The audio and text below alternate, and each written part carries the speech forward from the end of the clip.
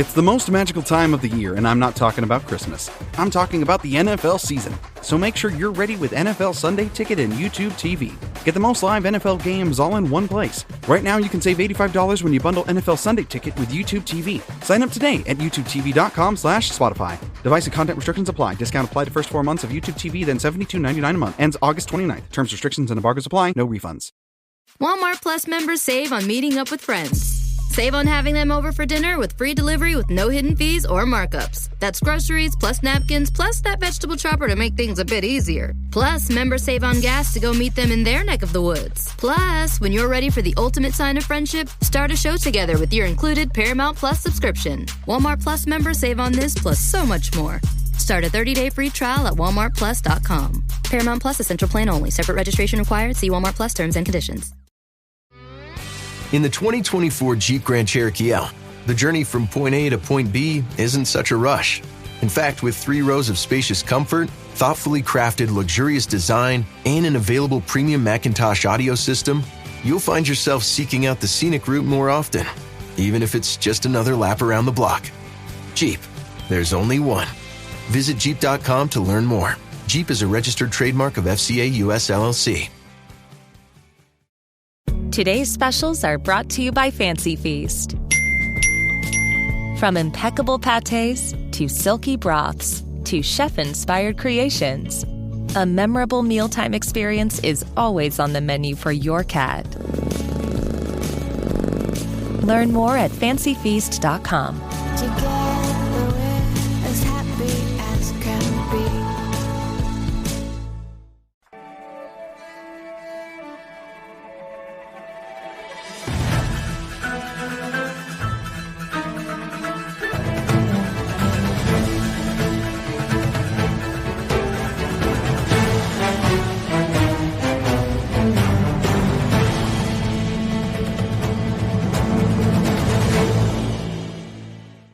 What is going on, everybody? Happy training camp to all Eagles fans. Today, we're talking biggest names to watch, every position.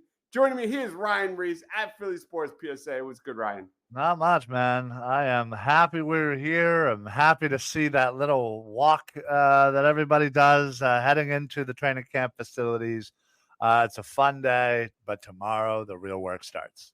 Yep, practices start tomorrow. Guys, I'm just so excited that we can finally start talking about actual football. And we're just going to jump right into this thing.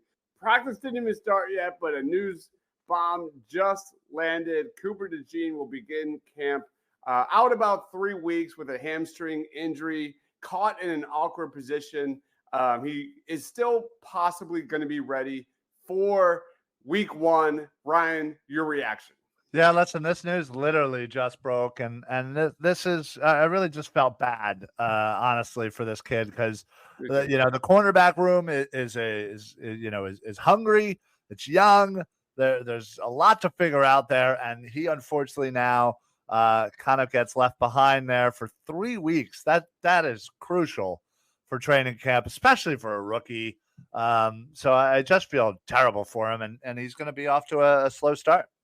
Yeah, Antonio says, so upset. DeJean out at least 3 weeks, hamstring. Hamstring's not a good injury, man. That is not a good injury to start out training camp for sure. He's a guy that could play in the slot, maybe play at safety down the road this season, given another injury.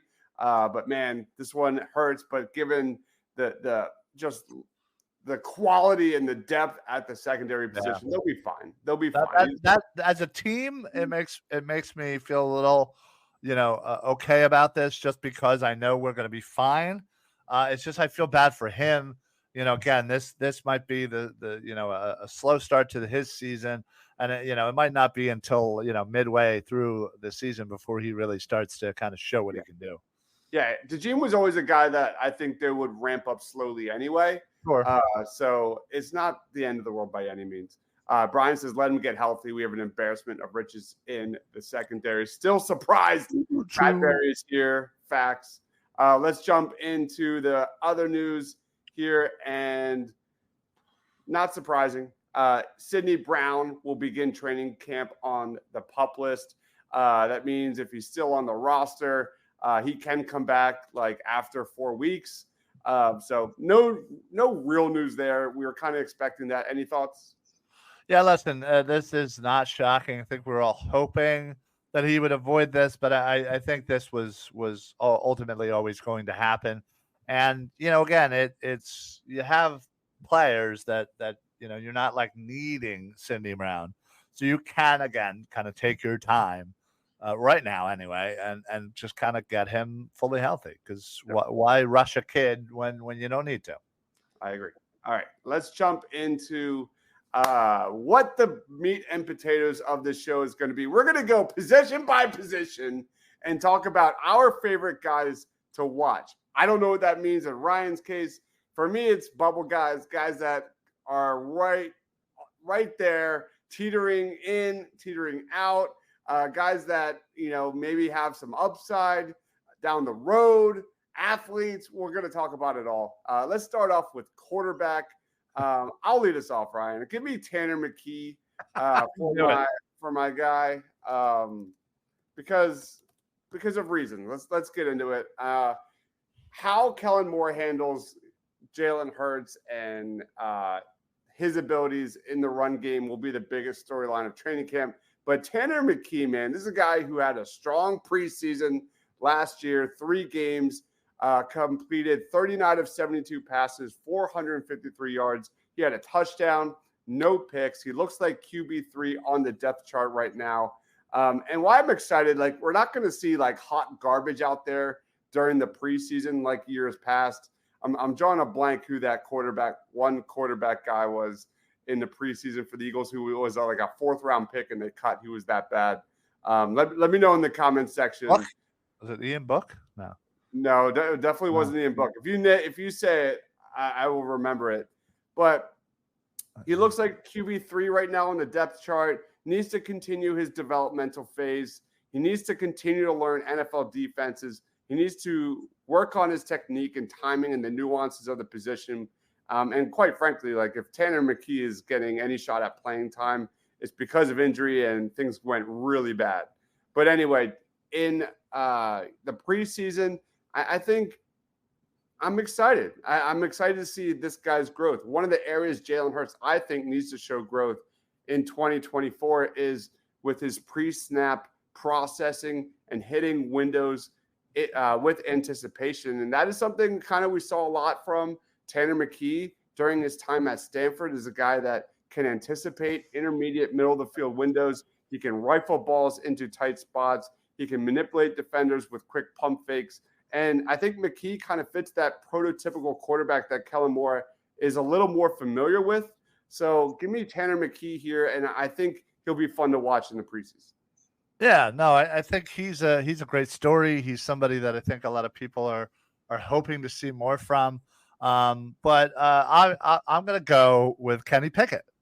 Again, I want to see what they do with him. I want to see how him being in a different situation can increase his value and show, because I felt like in Pittsburgh, I feel like he didn't have weapons, a full array of weapons. I feel like, they really just didn't respect him over there. And listen, that might be for a good reason, but the Eagles didn't trade for him if they thought he was just an average guy. They thought they could get something out of this guy. And I want to see what that is. I want to see whether it's just, upping his trade value and maybe getting a third, in a year's time or whatever it may be. But I'm excited to kind of see where he might fit. And again, I thought he had general success in Pittsburgh. Just maybe not, first round, expectational success as Pittsburgh kind of wanted him to. So, Kenny Pickett, baby. Yeah, I like it a lot. I'm interested to see how he fits Kellen Moore. Get the ball out fast, get out of the pocket, hit guys moving. He can do those things, as we saw in college. So we'll see how he looks in Midnight Green. Let's move on to running back. For me, I'm going to go Will Shipley. He's not a guy I talked a lot about this offseason. I wasn't really the biggest fan of the draft pick given the other running backs available in my big board, but likely replacement for Boston Scott. He was a 4th-round pick. He's got speed. He's got athleticism. He totaled over 2,700 yards and 31 rushing touchdowns in 3 years with Clemson. He also had 602 receiving yards and 85 career receptions, 26.6 yards per kickoff return, and ranked inside the top 10 in school history with over 4,200 all-purpose yards. This guy has a knack for the end zone in college and has a pretty interesting battle ahead of him with Kendall Milton, who I like quite a bit from Georgia, for that running back free spot. I think he, like some of these names we just mentioned, I think he's a plus fit with Kellen Moore. He's got a ton of versatility, who excels in the screen game, excels in the open field, has very solid short area quickness, and I expect him to fit the Eagles' zone rushing attack really well. You look at Saquon getting the bulk of the carries. I'm interested to see how Will Shipley fits in with his pass protection on those 3rd downs during preseason. He didn't do much of it in terms of blocking at Clemson, but given the sample size, I thought he was a willing blocker. I thought he was unafraid of contact, and I think this is an area that he has to show improvement if he wants to get on the field on those 3rd downs. So for running back, give me Will Shipley, baby. Nice. Well, obviously, I'm not going to go Kenny Gainwell. So I'll go for the big name. I'll go for Saquon. I really want to see how he's going to fit and how he's going to change the fan culture of constantly wanting us to run the ball. Will we be finally satisfied having Saquon Barkley at the helm running for 1,500 yards this year? I really am kind of interested to kind of, again, early in the camp, to kind of see his relationship with Jalen Hurts, how, he does about, maneuvering in between a much better offensive line, especially on the left side. So I'm excited to kind of see how Saquon fits with the other weapons in this offense. I mean, this has the potential of being a very potent offense. And, we know Kellen Moore and running backs have had shown success in this league. And, man, Saquon Barkley is by far his most talented running back. So I'm interested to see what he does with Saquon for a full season.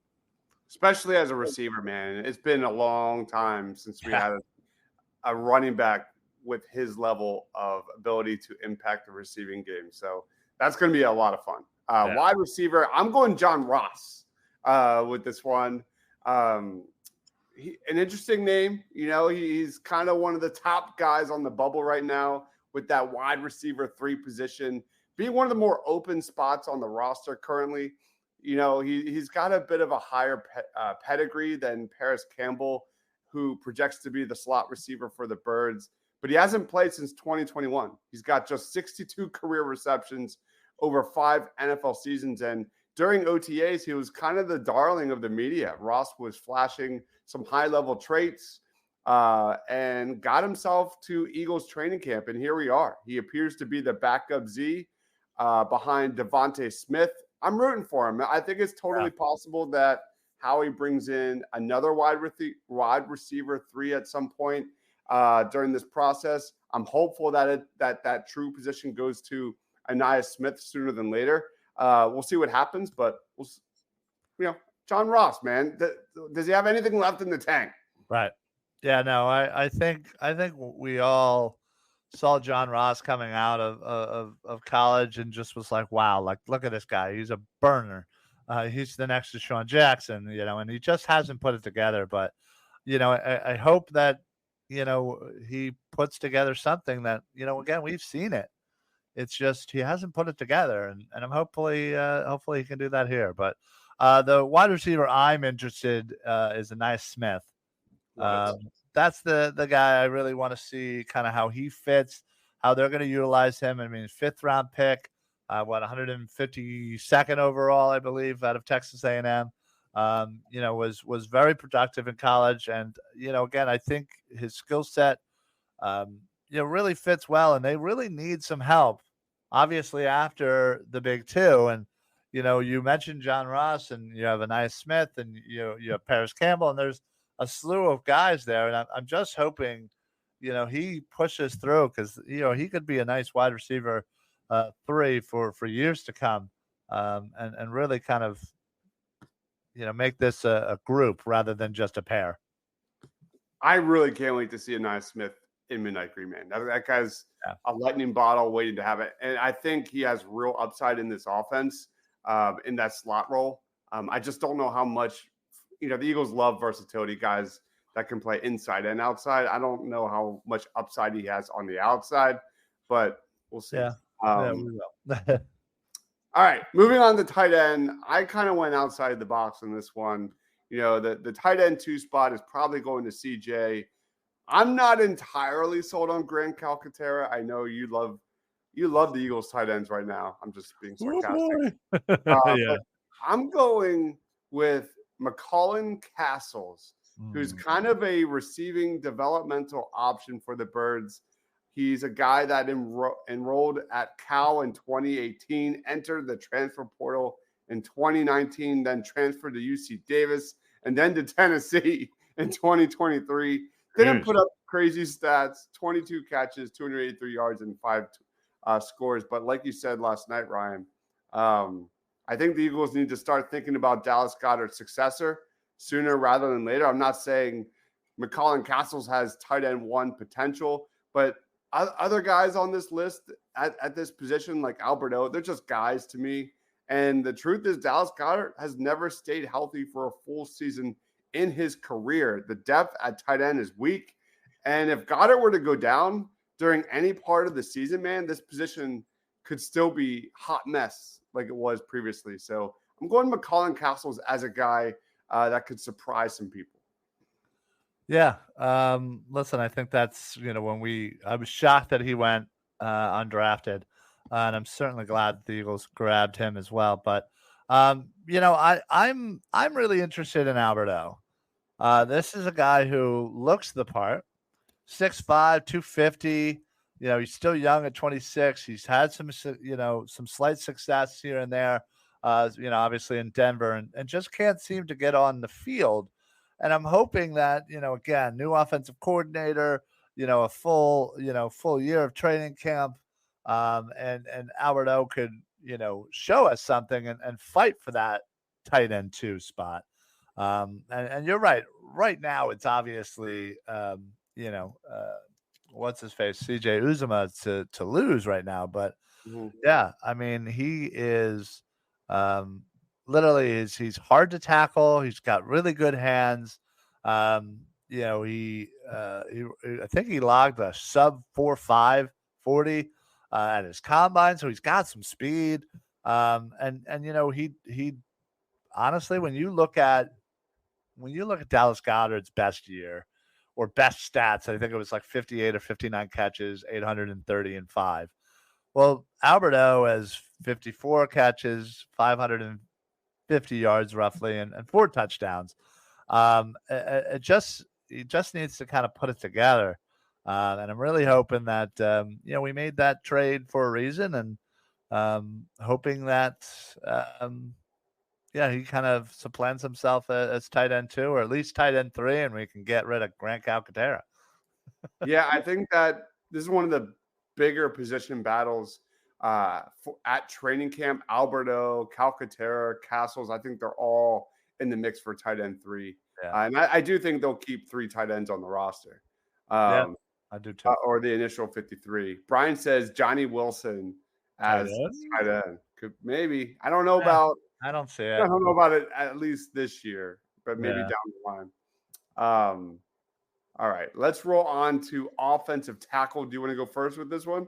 Yeah, I could do first. So for offensive tackle, there's actually a bunch that I'm kind of interested in seeing. But the one I'm going to pick is oh man, how do I? Well, I just had it too. I want to make sure that I pronounce it. Anim Dankwa. This guy is 6'7", 330 pounds, rookie out of Howard. This is a massive, massive human being that the Eagles scooped up that undrafted. And I mean, this guy absolutely looks menacing. And listen, we have been needing a lot of depth at tackle, and that's certainly something that I'm very interested in, kind of the Lane and Mulata backup, rather than kind of getting the guy that can play all 5 positions. I'd really want just a tackle who plays tackle, who's a big dude and just mauls people. And I think it kind of looks like Danquah could be this guy. Eagles love their size, and you're obviously, being coached by the best in the business. So, anything is possible. I mean, look what he did with, Mailata, this guy who was playing rugby 2 seconds before he got to the Eagles, and now he's, a highly paid, all-pro, talented level player. So I also went with Danquah. That was a good pick, Ryan. And you nailed it about the depth. Like the depth at tackle, like there's really strong, like wide receiver. You got AJ Brown and Devontae. Your top 2 are really strong in Lane and Jordan. But outside of that, depth-wise at tackle is a little bit of concern. You've got a lot of veteran players who don't have a lot of game experience. You got like Fred Johnson and guys like that. But Danquah is just a beast. He's a decorated left tackle with extremely rare size, mass, and length. He's a solid mover. And you're looking at Jeff Stoutland to coach him up, teach him some finesse. Hold him. Teach him how to manage blocks on the move, recover better against quick inside rushes. And Danquah is probably a multi-year project, more probably on the practice squad than anything. But this guy, I like his upside. He's going to be definitely a name to watch. I think the first guy off the bus kind of guy that could open some eyes during training camp. Yeah, I really hope so. Honestly, I'm really rooting for this kid for sure. He's a massive human being. Yeah. All right, let's roll on to interior offensive line. Do you want to go first or second? You go first. All right. I'm going to go with a guy we haven't really talked about, maybe the dark horse for the right guard spot. It's Max Sharping. He was signed to the Eagles like a month ago or so. He was the Texans' second-round pick in 2019, started 35 of 50 games. He played there in 3 seasons. The Bengals claimed him off of waivers in 2022, played 31 games in the regular season over the last 2 years there, and didn't start any of those games, but did make 3 playoff starts during the 2022 postseason. Last year, played 17 games, logged just 13 snaps on offense.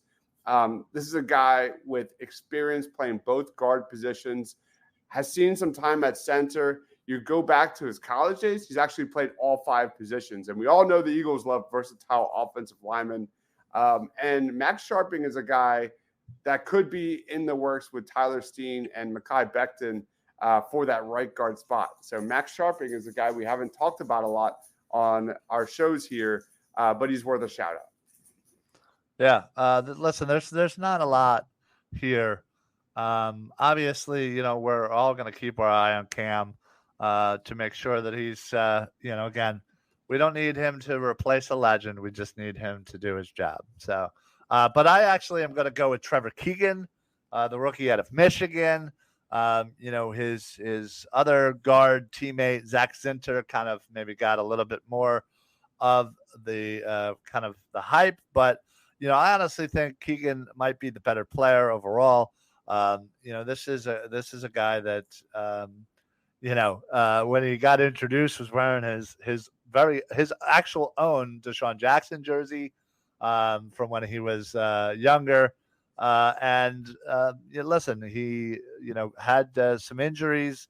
That's certainly something that, again, I think we got to keep an eye on. But, I'm really excited for him to not only get a shot at the right guard position, but ultimately I think will provide really good depth, learning under, another wonderful coach, as he had really good coaches at Michigan as well. So I'm just kind of excited to kind of see his progression. And I think, honestly, this guy, couple, maybe 2 years down the road, 3 years down the road might be, might be a future starting right guard, hopefully for us. I like it. Their depth at guard is really interesting. We also have Matt Hennessy, one of my guys from Temple, to watch for this training camp. Some really fun names to watch there. Let's move on to the defense. The last thing you want to hear when you need your auto insurance most is, "Thank you for calling. Please listen to your list of 46 possible service options." which is why when you choose USAA Auto Insurance, you'll get great service that is easy and reliable. 24/7 online service for claims, access to roadside assistance, and more. All at the touch of a button. Start getting the service you deserve. Get a quote today. Ability to receive a quote depends on membership eligibility. Membership eligibility and product restrictions apply and are subject to change. USAA means United Services Automobile Association and its affiliates, San Antonio, Texas. Walmart Plus members save on meeting up with friends. Save on having them over for dinner with free delivery with no hidden fees or markups. That's groceries plus napkins plus that vegetable chopper to make things a bit easier. Plus, members save on gas to go meet them in their neck of the woods. Plus, when you're ready for the ultimate sign of friendship, start a show together with your included Paramount Plus subscription. Walmart Plus members save on this plus so much more. Start a 30-day free trial at walmartplus.com. Paramount Plus is Central Plan only. Separate registration required. See Walmart Plus terms and conditions. Today's specials are brought to you by Fancy Feast. From impeccable pâtés to silky broths to chef-inspired creations, a memorable mealtime experience is always on the menu for your cat. Learn more at fancyfeast.com. Together we're as happy as can be. Listen closely. As a master painter carefully brushes Benjamin Moore Regal Select down the seam of the wall. It's like poetry in motion. Benjamin Moore, see the love. We're talking defensive tackle. I'll go. And the guy I really want to watch at training camp here could possibly be the new Milton Williams. Oh, and I know. Do you? Oh, yeah, I know who you're going to say. I'm going to go Moro Ojomo. Yeah, that's who I'm saying too. Oh, okay, cool. Love me some Ojomo. Yeah, the Eagles are going to be running like a hybrid defense out there. You're going to see a lot of multiple fronts. You're going to see, Milton Williams getting a lot more snaps, replacing Fletcher Cox and all the snaps we've seen from him over the years. Ojomo is a guy who has primarily played special teams last year, and I'm kind of surprised the Eagles didn't really address this position given the collapse of the second half of last year. You could maybe make a case that Ojomo was one of the bigger winners of the draft because this is a gifted athlete, and it's important to note he's also one of the youngest players. He was one of the youngest players in that draft class. Dude, Ryan, this guy's only 22 years old. No. Look at this. Ojomo is the 6th youngest player on the Eagles roster. 6th. He's young. So he already has a year under his belt. Yeah, I expect him to kind of get that chance to continue to grow into that rotation this season. Depth at defensive tackle is a major concern for the Birds. I'm excited to see how the rotation plays out, especially with Jordan Davis and Jalen Carter, their conditioning getting a bad rap last year. So give me Moro Ojomo. Yeah, listen, you're absolutely right. You nailed it with the potential Milton Williams replacement as Milton kind of ascends himself into kind of that next tier. Ojomo is primed to kind of take that next step as well. And coming out of Texas, was a big dude. He didn't see a whole lot of reps this past season, but again, they still kind of had a bunch of names that they kind of had to get snaps to, but you look for a very increased. Oh, hey, how about that? By the way, if you are on Twitter, it is very confusing. I really wanted to see how it is to actually comment because I feel like everybody says that, when we do shows, like, how the heck do you comment? You literally have to hit the chat when you're watching. You have to click it and then you hit live chat. That's the way you have to do it. You can't even hit the comment button because then it'll take you back to Twitter. It's so stupid. Anyway, Yeah, I'm excited for Ajomo, honestly. I really want him to kind of be that fourth D tackle, and again have another year. And if should Milton Williams leave, for more money next year, again fill the Milton Williams role once again and become that third D tackle. So I'm excited. The reason why I also wanted to point him out too was because he was an excellent run defender in college. Yeah. And you look across the board on this defense, there are some major concerns in terms of guys and their run defense. So I think Ojomo could be an athlete built around that same mold of Milton Williams going forward. And I kind of wish they extended Milton Williams this offseason before he breaks out. Yeah, no, I agree. I think that could have been, and who knows? Maybe Howie tried, and Milt is probably like, nah, dude, I'm gonna get that money. So yeah, he's banking on himself, and he's gonna get a lot of snaps. Yeah, no, agreed. He's definitely taking a lot of those Fletcher Cox snaps. That's for sure. All right, let's move on to edge. Who are you going with edge? I mean, it's got to be Bryce Huff. Again, he's new to the team. We only know him in limited action, and there's a lot of question marks here. Can this guy do it for a full season? He has 400 or in some snaps last year. That was the highest ever. Previously, it was like 150. So can he put those snaps out there on the field? Is he worth putting out there for all those snaps? And will he still have the same effectiveness that he did last year that ranked him in the top 5, up with, Parsons and Bosa and some of those other guys that, Myles Garrett that were getting to the quarterback. So was Huff. Mm-hmm. And we just want to see if he can do that full time. So again, I got to admit, I didn't know much about him prior to the Eagles getting him. Obviously, when I knew he was kind of a name on the radar, I started looking, but still it's different when you're, watching, the game and as it comes. But yeah, this is definitely a guy that I want to see if he's the real deal, because if he isn't, we have a major problem. Yeah, he needs to step up in a big way. Just like Josh Sweat. We need a lot more from him as well. So let's roll on to my guy. I'm going Jalix Hunt, man. Another project, but I'm really intrigued to see his athleticism pop during training camp. And because personally I didn't have Jalix Hunt ranked in my top 100 prospects, and it didn't stop the Eagles from drafting him in the 3rd round. He was a safety at Cornell who transferred to Houston Christian, became an instant impact player on the edge. And he has obvious athletic traits. He's a violent finisher when he gets to the quarterback, and his athleticism is just off the charts. He finished at least in the 80th percentile or better in every athletic testing event at the combine, other than bench press. And he's a developmental guy who probably won't get a lot of playing time as a rookie in the regular defense. I see him at best as a situational pass rusher from the jump, with the hope that he can further develop his run game.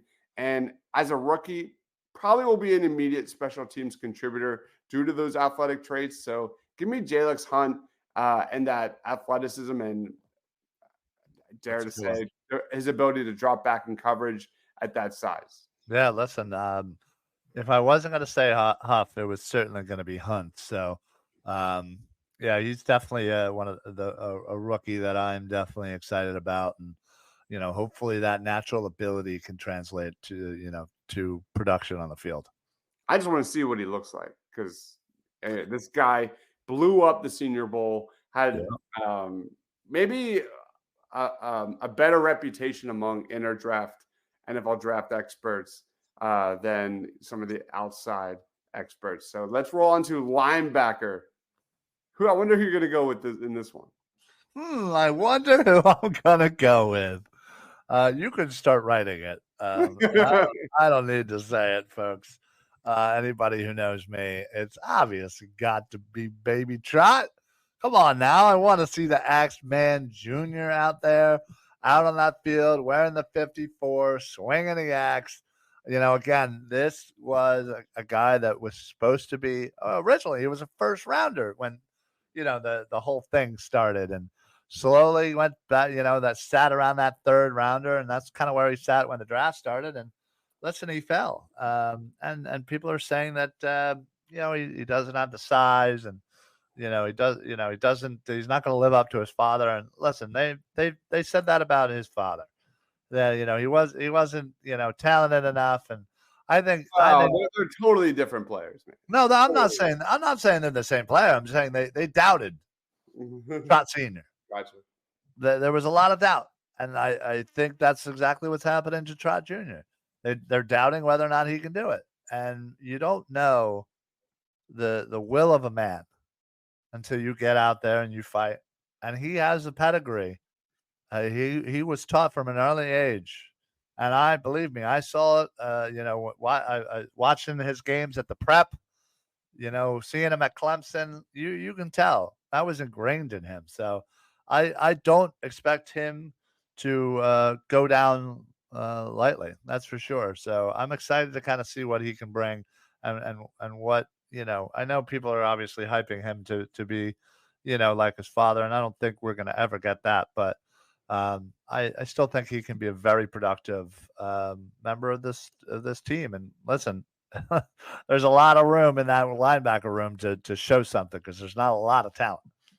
Dude, I went with Trot Jr. as well, just for the fact that it's going to be so surreal to watch him run onto the field with number 54. That's going to be freaking nuts, man. Yeah, it's going to be real fun. We're going full circle there. And I'm really curious how Trot Jr. fits in, man. He's obviously going to need a really good camp. He's behind Devin White, Zach Pond at the will position. He's instinctive. He's smart. He's a hard-nosed linebacker, and he's got the obvious bloodlines. He's small, man. He's kind of like Nakobe Dean. He kind of fell in the draft and doesn't have some ideal athletic testing measurables, but I think he's going to be solid. I think he's going to make the team, and I think he's going to beat out Ben Van Sumeren, and I think he's going to be solid on special teams and kind of work his way in. Yeah. So I'm going Jeremiah Trotter Jr. just for the fact that, it's going to be so much fun. Yeah, it really is. And dare I say, is he the new Nakobe Dean? The small, undersized linebacker that has all the talent in the world. And unfortunately, Dean seems to be, getting hit with some kind of weird injuries, and might not make it past this year. But Trot Jr. might kind of be the same thing, a little undersized, undervalued, and could come out the gate flying, like we all thought Nakobe Dean should. Just injuries kind of got him. So I agree. All right, let's roll on the corner. Do you want to go first or second? Yeah, I'll go first. Who's your guy? My guy is going to be the starting CB2 week 1. and that's Kelee Ringo, folks. I know there's a lot of hype around the rookies and Isaiah Rodgers, and that is fantastic, and I love it. But I'm going Ringo here. I really want to see, again, he kind of ended the season in that CB2 role. I want to see what happens given a full off season. Obviously now under a much better defensive coordinator, and there's going to be a lot of competition. And I think competition, see, Rick knows what's up.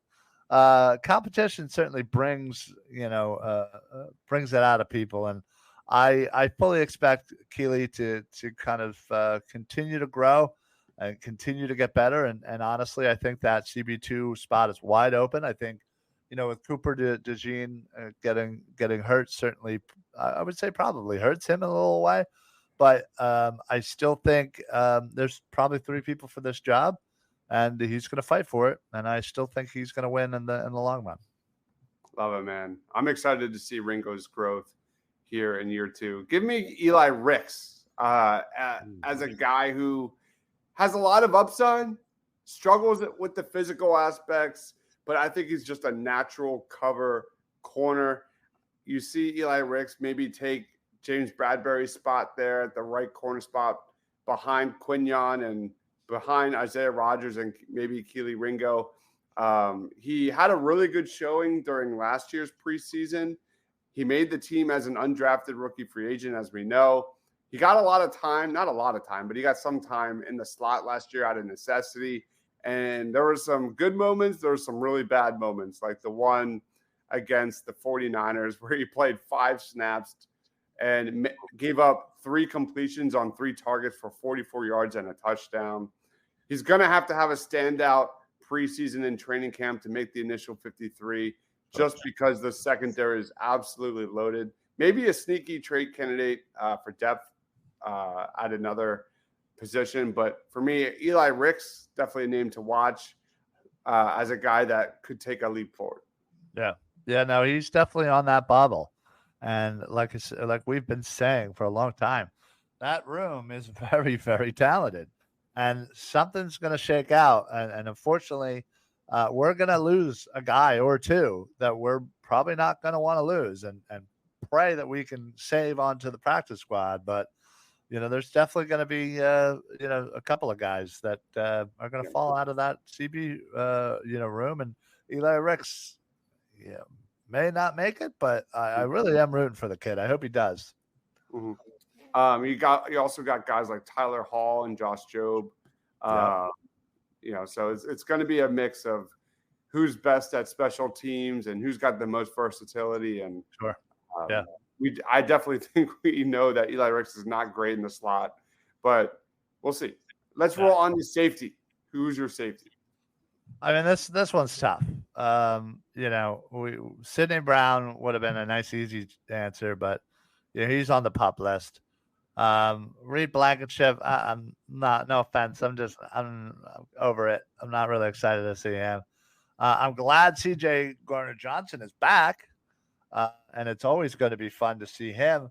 But what I'm going with here is Andre Sam out of LSU. Wow, nice.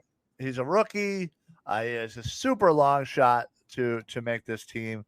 But he had a pretty productive, collegiate career at LSU.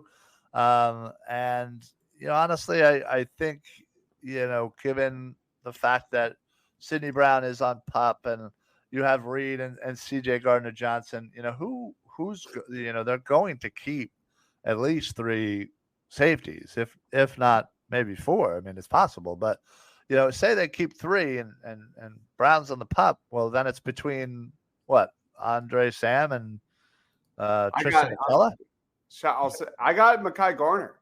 I'm going to put Mekhi Garner here, who went from corner to safety last year a little bit, and I'm excited to see kind of his growth here in 2024. You saw him move from corner to safety full time in 2023, and he had a really good training camp last year.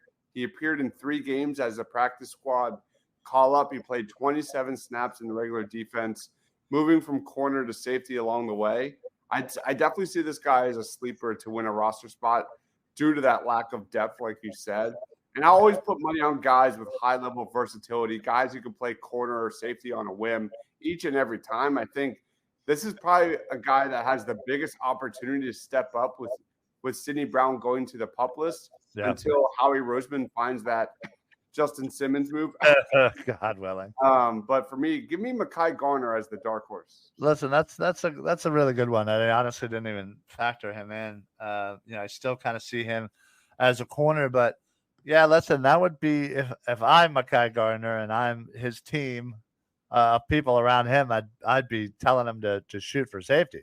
The spot's wide open now, and this corner is so busy. There's an outside shot, but better shot with safety. And Rick is definitely right. Justin Simmons would be absolutely great for a late camp signing. He's the guy. He's still available. There's still a lot of really good players that are still available technically, not just safeties. In fact, Emmanuel Ugbo just went back to Miami. Still have my guy Yannick Ngakwe for a little defensive end depth. But listen, I'm hoping Howie adds something because unfortunately, if it's not Garner, if Garner doesn't make the full switch, there's not a lot after Reed Blankenship and CJGJ with Brown being hurt. So they more evident now than ever that they need to make a move at safety. I think they will. I think they definitely will. Like, that's the position, as we talked about on last night's show, the position, in my opinion, that they need to make a move. Given Sidney Brown and CJ Gardner's injury history and all that kind of stuff. All right, let's wrap it up. Ryan, final thoughts, plugs, time's yours. Listen, we made it. We're finally seeing football action. Even if they're in shorts, it does not matter. I'm happy to see it. I'm happy to see this team grow and build on what I think could be a very fun, talented season. And this offense looks to be really fun. So hold on to your hats and let's have a good season. And let's just pray for health. So great. Other than that, you can find me every Monday, 6 o'clock Football Smack Talk show, 9 o'clock Party on Broad with this guy and our good buddy Rob. Obviously, tonight we're missing our two brothers, David, who's too busy vacationing to get Wi-Fi. He's like, I'm in. Where is he again? Not Outer Banks. Why do I keep saying Outer Banks? What's the other one? Myrtle Beach. Myrtle Beach. Yeah. Myrtle Beach. He's like, I'm in Myrtle Beach. I don't got Wi-Fi. Whatever. Shane, unfortunately, Shane's last week missing. Apparently Shane took a summer vacation. Coaching. Coaching. So he'll be back next week. Hopefully David will have some freaking Wi-Fi. And it'll be the first time in like 2 months, it feels like, to have the team back together. But this literally is my favorite podcast, the best Eagles show on the planet. So make sure that you're subscribed, you're liking it. If you don't follow this guy or me, and you're seeing us from Shane's Twitter, but give us some follows. We could use some Shane overdraft. But also forgot, we also do our college football show every Sunday, Party on Broad edition, where we will break down every week. We'll talk about players of the week. We'll talk about games of the week. But right now we're kind of going over prospects. We kind of take it from an Eagles prospect angle, an NFL draft angle. So we've already done top Heisman. We've already done top defensive linemen. And we're going to do a mock draft, 3-round mock draft next Sunday. So check that out as well, Sunday at 8 o'clock. And honestly, everything on EOP. We got like 40 shows a week. It's ridiculous. So there's something for everybody. So if you're not following EOP, I don't know what's wrong with you. Let's go. Yep. Sixers Summer League is over. So it is all football all the time now. And I have, at the school I work in, is going on break after Friday. So expect a ton of scouting reports on some big names in college football this year for the 2025 NFL draft. I'm going to try and pump at least like 30 of those guys before I go back to work. So that 3 weeks is going to be a lot of fun. So be on the lookout for that. We'll do a mock draft. We'll keep getting you ready for the college football season, which is going to be a blast. Cannot wait. It's going to be so much fun. And be on the lookout for college football 25 streaming, because I got to take down Ryan live. I'm going to get destroyed. It's going to be fun. All right. So, guys, one last time. He is Ryan Reese at Philly Sports PSA. I am Deibs, Mr. Crockpot on X. Thank you, everyone, for watching. Whoever commented, thank you. Appreciate it. We'll see you next Tuesday night talking actual real Eagles news, headlines, and stories. I know. We can actually talk real football again. So fun. So we're back. He is Ryan. I'm Deibs. Stay awesome.